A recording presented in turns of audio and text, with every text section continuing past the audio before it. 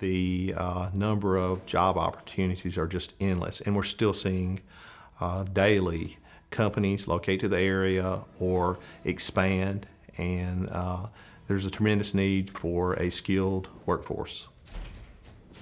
I have at least 2 to 3 companies on a weekly basis either want to come by and speak with students about opportunities, send emails.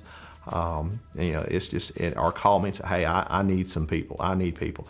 And the salaries are well above average. I cannot believe some of the starting salaries now that are out there in manufacturing. I never thought I would see it like that. It's just unreal. You can make a living and earn a great wage and have a career by utilizing your hands and as well as your brain power, of course. Well, you can get a college degree in a career tech field, and then you can use that as a stepping stone if you want to go back and get a 4-year degree later on and do something different.